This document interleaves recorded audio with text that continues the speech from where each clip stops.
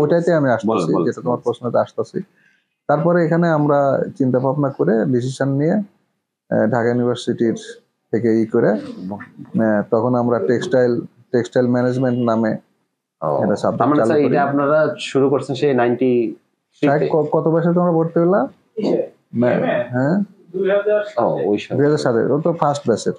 এটা বেশ সময় লাগলো আর কি। এই কনসেপ্ট ম্যানেজমেন্টের কনসেপ্টটাই তো আমরা করতে পারতাছিলাম না, ঢুকাইতে পারতাছিলাম না। ম্যানেজমেন্ট আবার ইঞ্জিনিয়ারিং এর মধ্যে কি, ম্যানেজমেন্ট যেটা ইঞ্জিনিয়ারিং, এটা কোনো ছিল না। তারপরে আমরা যাই হোক এটা ঢুকাইতে পারলাম এবং ঢাকা ইউনিভার্সিটি এটা কোর্সটা আমরা করলাম, টেক্সটাইল ম্যানেজমেন্ট করলাম। এরপরে যখন ঢাকা ইউনিভার্সিটির যে ওই ইঞ্জিনিয়ারিং ফ্যাকাল্টিটা যখন কি হয়ে গেল, ইঞ্জিনিয়ারিং ফ্যাকাল্টিটা যখন বন্ধ হয়ে গেল, ইঞ্জিনিয়ারিং কলেজগুলো আলাদা হয়ে বিআইটি হয়ে চলে গেল, যখন বাইরে ইনস্টিটিউট হয়ে চলে গেল, ইঞ্জিনিয়ারিং ফ্যাকাল্টি তখন সায়েন্স ফ্যাকাল্টির আন্ডারে আমরা ছিলাম সায়েন্স ফ্যাকাল্টির আন্ডারে। তো যে কারণে সমস্যা হয় নাই ম্যানেজমেন্ট করতে। পরবর্তীতে যখন ইঞ্জিনিয়ারিং ফ্যাকাল্টি ঢাকা ইউনিভার্সিটিতে হলো, তখন ইঞ্জিনিয়ারিং ফ্যাকাল্টিতে আমাদের কলেজকে ইঞ্জিনিয়ারিং ফ্যাকাল্টিতে দিয়ে দিল। তখন তো সব সাবজেক্ট ইঞ্জিনিয়ারিং নাম হয়ে গেল। আমাদের তো নতুন কোর্স কারিকুলামে সাবজেক্টগুলোকে টেক্সটাইল বিএসসি টেক্সটাইল টেকনোলজির পরিবর্তে বিএসসি টেক্সটাইল ইঞ্জিনিয়ারিং এ কনভার্ট করা হলো ইঞ্জিনিয়ারিং ফ্যাকাল্টির আন্ডারে। তখন ম্যানেজমেন্ট নিয়ে সমস্যা হলো। তখন ম্যানেজমেন্টকে আমরা ইঞ্জিনিয়ারিং করার জন্য প্রস্তাব করলাম এবং এটা অনেক বেগ পাইতে হয়েছে আমাকে। হয়তো আমি এতটাই হতাম না, আমার ছেলে পড়তো এখানে দেখে আমি এটা আমাদের তৎকালীন কলেজের একাডেমিক কাউন্সিল থেকে করে নিয়ে তারপরে ঢাকা ইউনিভার্সিটি আমাদের ফ্যাকাল্টি মিটিং যেতে হয়, ফ্যাকাল্টি মিটিংয়ে মাসুদ সাহেব তখন প্রিন্সিপালের দায়িত্বে ছিলেন। উনি না থাকলে এটা পারা যাইতো না, ওনার খুব অত্যন্ত সহযোগিতা ছিল এবং উনি আমাকে নিয়ে গেছে যে যুক্তিগুলো তুলে ধরবেন। এগুলো যুক্তি তর্ক তুলে ধরার পরে ফ্যাকাল্টি মিটিংয়ে পাশ করানোর পরে, এটা একাডেমিক কাউন্সিলে পাশ করানোর পরে এটা সিন্ডিকেটে যে অনুমোদন হয়েছে ইঞ্জিনিয়ারিং হয়ে গেছে। হয়ে যাওয়ার পরে পরবর্তীতে ঝামেলা হয়েছিল যখন এটা বিশ্ববিদ্যালয়ে কনভার্ট হয়ে গেল। হ্যাঁ, তখন আমাদের ওই যে কাসেম সাহেব ছিল প্রিন্সিপালের চার্জে, বিশ্ববিদ্যালয়ে কনভার্ট হওয়ার আগে কাসেম সাহেব উনি এটারে আবার ম্যানেজমেন্ট করে ফেললো, সিলেবাস করে ম্যানেজমেন্ট করে ফেললো। হ্যাঁ, তারপরে এটা নিয়ে পরে অনেক ইতি করে পরে আবার যখন এটা ইঞ্জিনিয়ারিং আমরা করলাম, তখন রেজা সাহেব ওই পরীক্ষার আগে বলে না ইঞ্জিনিয়ারিং নাম কিভাবে হবে, এটা তো ইঞ্জিনিয়ারিং কি। তো ঢাকা ইউনিভার্সিটির সেই সিন্ডিকেটের মিটিং এর যে মাইনুটস এর কপি আমি রেখে দিয়েছিলাম। আমি ওইটা দিলাম রেজা সাহেবকে, বলে হ্যাঁ তাহলে ঠিকই তো আছে, এটা ঢাকা ইউনিভার্সিটি ইঞ্জিনিয়ারিং, আমরা এখানে ইঞ্জিনিয়ারিং করবো কি করবো না দরকার নেই তো, ঢাকা ইউনিভার্সিটিতে আমরা অ্যাডাপ্ট করতেছি, ঢাকা ইউনিভার্সিটিতে ইঞ্জিনিয়ারিং করছে, তাহলে আমরা এটা অ্যাডাপ্ট করবো, এটা হয়ে গেল ইঞ্জিনিয়ারিং। নইলে খুব দেখ পাইতে হয়েছিল এটা। স্যার আমি একটু যদি প্রশ্ন করি, যেমন এই যে এটা ফ্যাশন ডিজাইন, তারা তো ইঞ্জিনিয়ারিং হইতে পারে নাই, তা পারবে ওটা, হ্যাঁ, কিন্তু ম্যানেজমেন্টে এরকমই থাকতো। স্যার এখন তো BSc in textile engineering degree দেয়, স্যার এমনি আমি যে প্রশ্ন করি স্যার, আপনি ডাইং এ পড়াইলেন দীর্ঘদিন, স্যার আপনি একটা ডাইং এর স্টুডেন্ট। আচ্ছা, ম্যানেজমেন্টে আসার এটা আমি বলি, এটা শেষ করে নেই। এরপরে তখন ম্যানেজমেন্ট যখন চালু হলো ইনিশিয়ালি, তখন আমাকে নিতেশ স্যার বললো যে তুমি এক কাজ করছো, ম্যানেজমেন্টের দায়িত্ব তোমার নেওয়া লাগবে, কারণ এটা আর কেউ পড়াইতেও পারবে না। এই যে সমস্ত সাবজেক্ট এবং ওই যে ইকোনমিক ইস্যু আছে, তারপরে এই যে গ্লোবাল টেক্সটাইল ইন্ডাস্ট্রি কি কি আছে না সাবজেক্ট গুলা, বলে এগুলা তোমার এই নোটটা আমি দেখছি, তুমি এগুলা তোমার ন্যাকও আছে, তুমি এগুলা করো, বাইরে কাজ কাম করো, তোমার প্রচুর ইনফরমেশন আছে, এ নেওয়া লাগবে। উনি আমাকে তখন ম্যানেজমেন্ট ডিপার্টমেন্ট নতুন যখন হইলো, প্রথম হেড অফ দি ডিপার্টমেন্ট হিসাবে আমাকে ওইখানে উনি ম্যানেজমেন্টে নিয়ে আসলো। আচ্ছা, নিয়ে আসার পরে তো আমি দীর্ঘদিন ইউনিভার্সিটি হওয়ার আগে ম্যানেজমেন্ট ডিপার্টমেন্টের হেড ছিলাম। আচ্ছা, ওয়েট প্রসেস ছেড়ে আমি একেবারে চলে আসছি, কিন্তু আমি ক্লাস নিতাম ওয়েট প্রসেস, সবসময় ক্লাস নিতাম। তার অনেক পরে ইউনিভার্সিটি হওয়ার পরে ওয়েট প্রসেসে ক্লাস নিতাম। ওয়েট প্রসেসের টিচার ছিল না ভালো। হ্যাঁ, জুলাসটা তখন বিদেশে পিএইচডি করতে গেছে, আর তো ভালো টিচার নাই। ওই বুয়া স্যারটা রিটায়ার করার পথে ওনারা কি পড়াইতো না পড়াইতো এরকম কোনো টিচার, পার্ট টাইম টিচার ছিল, আমি নিতাম ক্লাস। ওই যে মনির একটা ছেলে ছিল, ও পার্ট টাইম ক্লাস নিত। ওয়েট প্রসেসে বেশ কিছু পার্ট টাইম টিচার ছিল ভালো। ওরা কিন্তু আমাকে অনেক হেল্প করছে। হ্যাঁ, ওরা বলছে ও তো দিল্লি আইআইটি থেকে করছে, ওগুলো স্যার আপনার এই বিষয়টা তো আপনি পড়ান, এটা আপনি অনেক ভালো পড়ান, তারপরে আমারও কিছু নোট আছে আপনাকে দিব স্যার, আপনি দেখেন মিলায়। ও আমাদের কিছু নোট দিছিল। এখন কোথায় আছে? ও এখন বিদেশে চলে গেছে অনেক আগে। হ্যাঁ, দেশে নেই, আমার সাথে যোগাযোগ নেই। বিদেশে যাওয়ার পরে আমার সাথে যোগাযোগ করতো, ইদানিং অনেকদিন যোগাযোগ হয় না, করোনার পর থেকে। এখন মনে আছে কত ব্যাচের স্যার? অনেক ব্যস্ত মনে থাকে না, ব্যস্ত মনে নেই স্যার। এখন একটু তা আমাদের ছাত্রই, যাই হোক। জি, তারপর স্যার ডাইরেকশন বলেন। এই তখন আমরা ম্যানেজমেন্টে চলে আসলাম। ম্যানেজমেন্টের তো ওই ই হলো, বিশ্ববিদ্যালয় হওয়ার পরে তো ম্যানেজমেন্টের, আমি তো ম্যানেজমেন্টে হেডে ছিলাম, হেডই থাকলাম। তারপর ওখানে ফ্যাকাল্টি, ওটা ফ্যাকাল্টি ছিল, ফ্যাকাল্টি নিয়েও তো তখন ফাইট করা লাগছে এরকম ফ্যাকাল্টি বিশ্ববিদ্যালয় হওয়ার পরে তো ফ্যাকাল্টি আমরা আগে থেকেই ফাইট করছি, এটা বলে রাখছি যে আমাদের আলাদা ফ্যাকাল্টি লাগবে। আচ্ছা, হ্যাঁ, তখন ফ্যাকাল্টি আলাদা হয়ে গেল। আলাদা ফ্যাকাল্টি হলেও আমরা ওই ভিতরে ই করলাম, ওই যে আমি তখন অ্যাসোসিয়েট প্রফেসর হইনি। তো ইয়েতে প্রফেসর, ডিন হওয়ার জন্য প্রফেসর লাগবে, তবে ফ্যাকাল্টি যদি কোনো প্রফেসর না থাকে তাহলে অ্যাসোসিয়েট প্রফেসর হইতে পারবে। অ্যাসোসিয়েট প্রফেসরদের ভিতরে যে সিনিয়র সে হইতে পারবে। আচ্ছা। এখন আমাদের ফ্যাকাল্টিতে অ্যাসোসিয়েট প্রফেসরই কেউ নেই, আমি একমাত্র। তখন আমি ওই ডিন হিসাবে আসলাম, দায়িত্ব নিলেন। এবং আমার ইউনিভার্সিটির লাইফে মনে হয় কত বছর চাকরি করলাম আমি, মনে হয় মাঝখানে এই বছর খানেক মনে হয় ডিন ছিলাম না কোনো একটা ইয়েতে, মানে রোটেশন হয়তো এটা 2 বছরের মেয়াদে। এই রোটেশনে পরে একবার মনে হয় কাসেম আসলো বিদেশ থেকে। কাসেম আসার পরে মনে হয় আসার পরে মনে হয় বছর খানেকের, হ্যাঁ, তো তখন আমার মেয়াদ শেষ হওয়ার পরে কাসেমকে দিল রোটেশনাল, সে তো অধ্যাপক। তারপরে আমিও তো অধ্যাপক হয়ে গেলাম বাই দিস টাইম। তারপরে আবার ওই যে ফ্যাকাল্টি ভাগ হয়ে গেল, ফ্যাকাল্টিতে আবার আমি নতুন করে ডিন হলাম ওই ফ্যাকাল্টিতে, যেহেতু আমার ফ্যাকাল্টি এটা, ওই ফ্যাকাল্টিতে। এই হিসাবে মনে হয় আমার যতদিন চাকরি, আমি এক নাগারে সম্ভবত 8 বছর ডিন ছিলাম। রেকর্ড, কোনো কেউ এতদিন ডিন থাকতে পারে না কখনো চাকরি জীবনে। পরে মনে হয় জুলাসে অনেকদিন ডিন ছিল। আপনার পরে হয়েছে স্যারের মতো এত সময় এরপরে তো আবার আমাকে ডিন হওয়ার পরে কিন্তু আমি কনসালটেন্সি করতাম, ফ্যাক্টরি চালাতাম, ফ্যাক্টরি যা বসতাম। ফ্যাক্টরি আমি চালাইছি বহু ফ্যাক্টরিতে, executive director, senior executive director, তারপরে ডাইরেক্টর অপারেশন, অনেক ফ্যাক্টরি চালাই। আমার নিজের করা ফ্যাক্টরি, এগুলো নিজে করা, একদম ব্রেক ইভেন করে একদম বুঝাই দিয়ে আসছে। আচ্ছা, এগুলো অনেকগুলো ফ্যাক্টরি সাকসেসফুলি বর্তমানে রানিং, যেগুলো আমার করা। আচ্ছা। আর এরপরে যখন আমি ওই রেজিস্ট্রারের দায়িত্ব দিল, এই কনসালটেন্সি বন্ধ হয়ে গেল। দিন থাকলে সমস্যা ছিল না, আমি পারতাম, হ্যাঁ, ম্যানেজ করতাম। কিন্তু এই হওয়ার পরে, রেজিস্ট্রারের দায়িত্ব নেওয়ার পরে আমি একেবারে, নিতেশ স্যার আমাকে একেবারে করে দিল। নিতেশ স্যার তো না, এটা মাসুদ স্যার।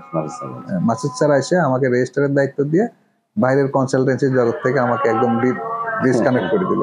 তো আমি রেজিস্ট্রারে থাকলাম, অনেকদিনই তো থাকলাম। মাসুদ স্যারের 4 বছর প্লাস কাসেমের সময় তো 2 বছর থেকে আসলাম। আমার আনটিল রিটায়ারমেন্ট রেজিস্ট্রারের অতিরিক্ত দায়িত্বই করে গেলাম আর কি। এই তো মূল দায়িত্ব, অতিরিক্ত দায়িত্ব এবং ডিন হিসাবে। এবং শেষ দিনে যেদিনকে আমি রিটায়ার করি সেদিন আমি ডিন হচ্ছিলাম, ফ্যাকাল্টির রেজিস্ট্রার হচ্ছিলাম সেদিন পর্যন্ত। মাঝখানে আবার বিশ্ববিদ্যালয় শিক্ষক সমিতির সভাপতিও ছিলাম 2 বার। 2 বার বেশি তো থাকার নিয়মও নাই, আমি 2 বার ছিলাম, পরপর 2 বার ছিলাম। এই তো। আর তোমার প্রশ্ন বললো? স্যার আমার প্রশ্ন হচ্ছে যে একজন ডাইং এর ছাত্র আসলে স্যার কি রকম ভাবে শেখা উচিত? একজন ডাইং এর ছাত্র তার পড়াশোনাটাই কিভাবে স্টার্ট হবে, ক্লাস কিভাবে পরবর্তীতে যখন প্র্যাকটিক্যাল ওয়েতে যাবে সমস্যা পড়লে কি করবে? ডাইং এর ছাত্রর প্রধান জিনিস হচ্ছে যে ডাইং এর বুঝতে হলে যে জিনিসটা দরকার, ফাইবার ভালো করে বুঝতে হবে। ফাইবারের ভালো করে বুঝতে হবে, ফাইবারের ক্যারেক্টারিস্টিক্স এবং ফাইবারের ইন্টারাকশন এবং তার সাথে কেমিক্যাল বিহেভিয়ার এবং অন্য এইসব বিষয়গুলো খুব ভালো ধারণা থাকতে হবে। ফাইবারের আইডিয়া যদি ভালো না থাকে ডাইং ভালো করা যাবে না, 1 নাম্বার। 2 নাম্বার হচ্ছে যে জিনিসগুলা যে আমরা আছি না, শিখি কিভাবে, এটার ভিতরে ওইটা দেয়, সেটার ভিতরে সেইটা দেয়, বিষয়টা এরকম না। এই ফাংশনগুলো বুঝতে হবে ভালো করে এবং ইন্টারাকশনগুলো বুঝতে হবে এবং অক্সিলারিজ কেমিক্যালের যে বিহেভিয়ার, এবং দেখবা যে একই অক্সিলিয়ারিজ কোনো একটা জায়গায় ভালো করতেছে, অন্য অক্সিলিয়ারি, যেমন ফ্যাক্টরিতে গেলে দেখবা যে মিলে, এই যেমন ইন্ট্রিডিউসিং এজেন্ট, এটাই আছে কয়েক রকম। এক এক কোম্পানির যে ডাইং এর সময় এক একটা ইউজ করে, তাহলে এটা ফাংশন আলাদা আছে, তাহলে ওটা কি বেজের উপরে তৈরি ওর। আর এই সমস্ত অক্সিলিয়ারিজ কেমিক্যাল গুলার বেশিরভাগই হচ্ছে 90%, 95%, 98% হচ্ছে মিনারেল ওয়াটার। অ্যাক্টিভ কম্পোনেন্ট খুব কম এর ভিতরে। হ্যাঁ, এই অ্যাক্টিভ কম্পোনেন্ট গুলো কি আসে, তার বিহেভিয়ার কি এবং ফাইবারের সাথে ইন্টারাকশন গুলো কি, এবং এটা আসলে ডাইং এর সাথে কোন ডাই, তার সাথে ইন্টারাকশন কি, হ্যাঁ, এই জিনিসগুলো খুব আইডিয়া ভালো থাকতে হবে। জাস্ট একটা ওয়েটিং এজেন্টের কথা যদি ধরি। হ্যাঁ, এটা ওয়েটিং এজেন্ট অনেক ধরনের হতে পারে। জি জি হ্যাঁ, তো এই ওয়েটিং এজেন্টের ভিতরে বিহেভিয়ার, হ্যাঁ, কার সাথে বিহেভিয়ার যেমন কাস্টিকের সাথে কেমন হ্যাঁ, বা আয়নিক নেচারটা আয়নিক সম্বন্ধে ভালো nature। ধারণা থাকতে হবে। পিএইচ এর সাথে এই ইন্টারাকশন গুলা কি, ভেরিয়েশন গুলা, সেগুলো ভালো ধারণা থাকতে হবে। আপনি ডেনিম ডাইংও কি করছেন স্যার? ডেনিম ডাইং করা, ডেনিম ডাইং ও করছি, ব্যাড ডাইং কম। ডেনিম এর দিকে আমার বেশি নেই, পরে নিট ডাইং এর দিকে আমার বেশি বেশি রিঅ্যাক্টিভ এর দিকে এক্সপার্টাইজটা ছিল নিট ডাইং এর সাথে খুব বেশি। বেশি ইয়াটা হয়েছে। মানে যেমন লাস্টে স্যার আমরা যেমন কাজ করি সিকোয়েস্টারিং এজেন্ট, এগুলো তো সব অক্সিলারি, দেন মার্সারাইজিং লাস্টের দিকে তো আমি কয়েক বছর শুধু নিট ডাইং নিয়ে স্পেশালাইজড। আমার কাছে সবাই আসতো, এই যে নাসির টাসির যে ওয়ান কম্পোজিটের, ওয়ান কোম্পানি। ওরা আমার কথা জিজ্ঞেস করলে বলবে। স্যার আপনার কনসালটেন্সির সময় কিছু গল্প যদি বলেন, এইটা ধরেন কোন কোনগুলো আপনি নিজে পুরোটা সেটআপ করছেন বা অনেকগুলো ফ্যাক্টরি আমার করা আছে। শুরু যেমন থেকে। পদ্মা পলিকটনটাও ইনিশিয়ালি আমি করছিলাম, কিন্তু আমি থাকি নাই সেখানে, জব করি নাই। মানে খালিদ যে আপনার ছাত্র মনে হয় না? খালিদ তো আমার ছাত্রই। আচ্ছা। কনসালটেন্সিটা পদ্মা পলিকটনের আমি করছিলাম, কিন্তু ওইখানে আমি থাকি নাই, কারণ ওইখানে একজন এক্সিকিউটিভ ডাইরেক্টর হিসেবে জয়েন করছিল। আমার কনসালটেন্টের দুটো পার্টস। আমি তো ইংল্যান্ড থেকে মাত্র আসছি আচ্ছা, এই 93 সালে, 93 তে। 93-তে। তখন আমাকে এরা যোগাযোগ করলো, আচ্ছা তো বললো যে তাদের একজন কনসালটেন্ট আছে, সে ব্যাংকের, মানে ব্যাংকার বা এই ধরনের ফিনান্সিয়াল এই সাইডটা, কিন্তু টেক্সটাইলের তারা তো মডার্ন টাইপ চাচ্ছে আর কি, এডুকেটেড লোকজন। তো তখন আমাকে তারা চয়েস করলো। আমি ওয়েট প্রসেসের উপরে, তো মোটামুটি আমার একটা ছিল আগে থেকে, কিন্তু কনসালটেন্সি করি, জি জি। কোথাও থেকে আমার নাম রেফারেন্স পাইছে, আচ্ছা তো গেলাম, যা ওখানে শুরু করলাম। শুরু করার পরে আমি তো তখন এই সাইডে, ফ্যাক্টরি সাইডে তো অতটা আমার ছিল না, আচ্ছা। মানে মেশিন পত্র সম্বন্ধে, মেশিন নিয়ে ডিল করা শুরু করলাম। এই থিস তখন তো থিসটাও শুরু করছেন? হ্যাঁ, আচ্ছা। তখন থেকে থিজের, তখন তো যে ওয়াজিউল্লাহ সাহেব মনে হয় বিটিসিএল এর থিস দেন। না তখন থিজ অজিলা সাহেব ছিল না, এটা হলো এই যে ভুলে গেলাম, গান টান গাইছে পরে ওয়াকার। আচ্ছা। ওয়াকারের ফাদার ছিল, পরে তার ফাদার অসুস্থ হওয়াতে ওয়াকার আসছিল এটা, হ্যাঁ, গান টান গাইতে। গান গাইছে, হ্যাঁ ওয়াকার থিস। উনি ওয়াকার টেক্সটাইল চৌধুরী, ব্যবসায়ী হ্যাঁ ছিল। ওয়াকার চৌধুরী থিজের এজেন্ট তো তারাই ছিল। আচ্ছা। হ্যাঁ, প্রথম ইনিশিয়ালি পদ্মা পলিকটন যখন হয়, পদ্মা পলিকটনে থিসের ইয়ার্ন ডাইং মনে হয় নিছেন? থিজের না, থিজের ডাইং মেশিন নিয়ে নেওয়া হয়েছিল। তারপরে ফংস, ফজল হক ছিল তখন ফংসের এজেন্ট, এখন তো মনে হয় ফজল হক নাই, উনি অসুস্থ হয়ে যাওয়াতে পরে ওই চলে গেছে অনেক। তো এরপরে আমি করলাম আনলিমা ইয়ান ডাইংটা আমার করা। আচ্ছা আচ্ছা। সব এখানে কি থিসের মেশিন নিছেন ইয়ান ডাইং এ? ইয়ান ডাইং এ আমরা থিসের মেশিন নিয়েছিলাম। আনলিমা ইয়ান ডাইং এ এই যে মহিউদ্দিন ফারুক, সেলিম, তারপরে থয়েন লক্কা, এগুলো তো আমার চাকরি দেওয়া। আচ্ছা। হ্যাঁ, আনলিমিটেড ডাইং এ তারা খুব লিভ দিছিলাম, ও তো এক্সিকিউটিভ সিনিয়র প্রোডাকশন অফিসার ছিল, সেখান থেকে এখানে ভাইস প্রেসিডেন্ট বানাই দিলাম, ডাইরেক্ট ভাইস প্রেসিডেন্ট। আনলিমাই, হ্যাঁ আনলিমাই। এখান থেকে সেও শিখছে। এই যে আরেকটা ছিল কামরুজ্জামান, যে এখন ওই যে ওয়েনস্টাইনের ব্রাজিলের মেশিন এখন নিয়ে সে তাকে চাকরি দিলাম। এরা তিনজন, এই তিনজনকে আমি নিলাম, খুব প্রসপেক্টিভ। আমাকে যেমন নিয়েছিল পদ্মা পলিকটন সেরকম আছে, এবং তিনজনই সাইন করছে, এবং সেলিম ভাই, ফারুক ভাই, আর হচ্ছে আমাদের এবং এরা খুব আমাকে এখনো স্মরণ করে, সেইভাবে অ্যাকনলেজ করে। এখন তো স্যার নিজেরাই মেশিন ইয়াতে আছে। এই আনলিমা আমার করা, আনলিমা এটা আমার করা না। আনলিমা নিট যেটা সেটা করা না। আনলিমা এন্ডাই করার পরে আনলিমা থেকে চলে যায়, আনলিমাতে বার্ডস গ্রুপে যাই। বার্ডস এনজেটটা আমার করা, একদম মাটি কোপ দিয়ে কাটার থেকে শুরু করে, এবং এটা আমি ফ্যাক্টরি চালায় আসছি। আপনি কি তখন ফাইনান্সিয়াল দিকটাও দেখতেন, যেটা বললেন যে আমি বার্ডস সবই দেখতাম। আচ্ছা, আরো রিটার্ন অফ ইনভেস্টমেন্ট। আমি ওখানে সিনিয়র এক্সিকিউটিভ ডাইরেক্টর ছিলাম। ও মা, হ্যাঁ, ওখানে আমি সিনিয়র ডাইরেক্টর ছিলাম। এটা আমরা জানতাম না স্যার। এবং চেয়ারম্যানের পরেই আমার পজিশন ছিল, এবং ওখানে গার্মেন্টস এর জিএমটি আমরাও আমার অধীনস্থ ছিল বলা যায়। গার্মেন্টস আপনি তাহলে দেখা লাগে? হ্যাঁ, সবই গার্মেন্টস আমি দেখতাম, ছাত্রই নাই দেখতাম না, কিন্তু ওভারঅল এটা ছিল। হ্যাঁ, সর্বোচ্চ মনে 40 জন। ওখানে আমি কিছু ভালো লোক পাইছি। আচ্ছা, বার্স করতে, যে হ্যাঁ, ভদ্রলোক মারা গেছেন, ওই যে কনকর্ড গ্রুপের যে ইঞ্জিনিয়ার ছিল, যে কামাল। আচ্ছা, কামাল সাহেব ওনাদের কনসালটেন্ট ছিল, ওনার কাছ থেকে অনেক কিছু শিখছে। শেখার তো শেষ নাই।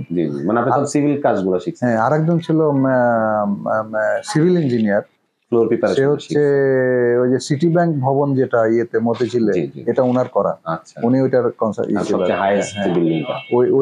উনি ছিলেন এখানের বিল্ডিং এর কনস্ট্রাকশন। এখানে অনেক নতুন কিছু কনকর্ডের এই যে ছাদ করছিলাম আমরা, হ্যাঁ, সেই ছাদটা কিন্তু 18 ইঞ্চি চওড়া, এবং এই 18 ইঞ্চির ভিতরে রিপ কাস্টিং করে কনকর্ডের হলো ব্লক নিয়ে এসে দেওয়া, যাতে নিচের ডাইং এর গরমটা যাতে ওই ফার্স্ট ফ্লোরে মিটিং এ বা ইয়েতে না যায়, গার্মেন্টসে না যায়। হ্যাঁ, এখনো আছে, আজও আছে, কেউ করে না এখন। আমরা এটা ওনার কনসেপ্ট, আলমগীর সাহেব, ওনার নাম ছিল আলমগীর সাহেব, ওনার কনসেপ্ট। আর ওই যে তার সাথে আমি ছিলাম। জি জি জি। আমি তো লাস্টে যোগও করতাম যে রিবের নিচে দিয়ে যাইতাম যে আচ্ছা। টিপ খুলে যে গায়ে পড়ে কিনা, ও, কারণ আপনি তো জানেন যে এখানে যোগ কি করা করতাম আর কি, হচ্ছে, যেটা বুঝতে পড়বে পারছি। না তারপরেও। তো এটা কি এখনো আছে, birds birds dying? Birds group এখনো আছে। না। এই কিছুদিন আগে তো বার্ডসে গোলমাল হলো অনেক, আচ্ছা আচ্ছা। এই যে অবরোধ করে রাখলো বার্ডসের শ্রমিকরা। ও, এইটা তাহলে আপনার এই যে এই আসার পরে, এই যে তত্ত্বাবধায়ক সরকার আসার পরে আচ্ছা, 3 দিন আটকা রাখলো না মানে বার্ডসের। অন্তর্বর্তীকালীন হ্যাঁ সরকার হ্যাঁ, আসার পরে। ও। বার্ডসের চেয়ারম্যান তো বার্ডসের কনকর্ড কি তাহলে সেম না, শুধু কনস্ট্রাকশনের কাজটা কনকর্ড করছে? কনকর্ড করে নাই, কনকর্ডের কনসালটেন্টরা করছে। আমরা নিজেরাই করছি সবকিছু, কারণ বার্ডসের যে মালিক মোস্তফা আনার, উনি বইয়ের থেকে পাশ করা সিভিল ইঞ্জিনিয়ার। আচ্ছা আচ্ছা। হ্যাঁ, তো তখন তাইলে বাসায় খুব সময় শিক্ষিত। তাদের কি সময় দিতেন? সময় দিতাম না, আমি তো বাসায় থাকতাম না। আমি এই অলমোস্ট ফ্যাক্টরি থাকবে। সকালে ইউনিভার্সিটি কলেজে যেতাম, কলেজ থেকে দুপুরে গাড়ি আসতো ফ্যাক্টরি, গাড়িতে চলে যেতাম, ওইখানে যা খেতাম। আচ্ছা। ওইখানে যে চেয়ারম্যান সাহেবের সাথে খেতাম, যদি টাইমে পৌঁছতে পারতাম, না হলে পরে আমার খাবারটা ঢাকা থাকতো, আমি ওখানে যে খেয়ে নিতাম। আচ্ছা আচ্ছা। আমি ওখানে খেতাম, রাত্রে আসতে কয়টায় আসতাম ঠিক নাই। ও, বাসায় তো সময় দিতাম না। তো তো আমরা তেজগাঁতেই তো থাকতেন স্যার। তেজগাঁই থাকতাম। হ্যাঁ। এরকম অনেক অনেক রাত্রে। বার্জের পরে স্যার কোথায় কনসালটেন্ট হিসেবে জয়েন করলেন? বার্সের পরে আনলিমিটেড থেকে বার্সের পরেই করলাম বেগ ফ্যাব্রিক্স লিমিটেড, যেটা আমার করা। হ্যাঁ, এটা আমার করা, এটা সব কিছু আমার করা। এটা উনি আমাকে নিয়ে গেল, বলে আমার এই জায়গাটা আছে, কি করবো, আমার এইভাবে করেন। বেগ ফ্যাব্রিক্স আমার করা। তারপরে বেগ ফ্যাব্রিক্স আমি চালালাম। আচ্ছা। দুই টাইমে চালাইছি। এক টাইমে চালাইছি হচ্ছে বার্সা, মানে 5 বছর মতো চালাইছি। 5 বছর ছিল। যখন ছিলেন স্যার একটাতেই তো আর বিভিন্ন প্রবলেমে তো আপনাকে ফোন দিতেই। আর ওই যে আপনার যে নুরুল ইসলাম সহ সবাই আমাকে চিনে না এমন কোনো লোক নাই। বলতে সবসময় আপনার কথা বলে, সুইং ট্রেডের যে কত সমস্যা, গোমতী টেক্সটাইল মনে। তারপরে যে গুঞ্জি তাল ট্রেড মনে। এরপরে আনলিমা টেক্সটাইল করলাম। আনলিমাতে আমি 3 বছর চালাইছি। চালা ওনার সাথে ওইখানে ছেড়ে আসছি। এখন পিটার্স আছে ওইখানে। আচ্ছা। আর এরপর জামালউদ্দিন টেক্সটাইল হইতে যে কাশপুর ব্রিজের পরে কি জানি মদনপুর জায়গাটার নাম, ওখানে আমার করা। আচ্ছা আচ্ছা। আমি করা। স্কয়ার এগুলো তো কি আপনি সময় দিয়েছেন? স্কয়ারে বেক্সিম করতে কিছু কনসালটেন্সি করছিলাম। এখন আপনার একটা জেনারেল প্রশ্ন হয়েছে, ইয়ার্ন ডাইং করা কি কষ্ট নাকি ফ্যাব্রিক ডাইং করা কষ্ট? নিট ফ্যাব্রিকের ক্ষেত্রে কোনটা ক্রিটিক্যাল বেশি? নিকজন স্যার বলছে যে ইয়ার্ন ডাইংটা করা বেশি ক্রিটিক্যাল। আপনার কি মনে হয়? ইয়ার্ন ডাইংটা হয় কি, ইয়ার্ন ডাইং এর শেড তো ওইভাবে দেখা যায় না। ডাইং এর যেমন তুমি শেড দেখতে পাচ্ছ, যেমন তুমি ধরো সে রিঅ্যাক্টিভ ডাইং এর কথা যদি বলি, তুমি স্কাওয়ারিং এর পরে তুমি দেখে নিতেছো, অ্যাবজর্বেন্সি দেখতেছো, সবকিছু দেখতেছো, হোয়াইটনেস দেখতেছো, সবকিছু তোমার সামনে আসা যায় দেখতেছো। তারপরে যখন তুমি উঠাই দেওয়ার পরে তুমি যখন ডোজিং দেওয়া শুরু করলা, যে কালার দিলা, কালার দেওয়ার পরে তুমি সল দিচ্ছ, স্যাম্পল কেটে দেখতে পারতেছো কোন দিকে যাচ্ছে। তারপর সল দিলে, সোডা দেওয়ার আগে, সোডা দিলে তো রিয়াকশন হয়ে যাবে। সোডা দেওয়ার আগে তোমার শেডটা দেখে নিতে হবে যে শেডটা কোথায় আছে। এই শেডটা যদি তুমি এখানে ঠিক রাখতে না পারো, সোডা দিয়ে ফেললে কিন্তু ভেরি ডিফিকাল্ট হয়ে যাবে। তো সময় দেখতে পাচ্ছ। ইয়ার্ন ডাইং এ কিন্তু এই সুযোগগুলো অনেক কম, যেহেতু ক্লোজ ভেসেল প্লাস তাও স্যাম্পল দেখার সিস্টেম আছে, তারপরেও এইভাবে হয় না। আর দ্বিতীয় কথা যে ইয়ার্ন যে ফ্যাব্রিকে যেভাবে ডাই করা হয়, যে প্রসিডিউর অফ ডাইং, আর ইয়ার্ন যেভাবে প্যাকেজ টাইপে করে, হ্যাং টাইপে তো আরো খারাপ।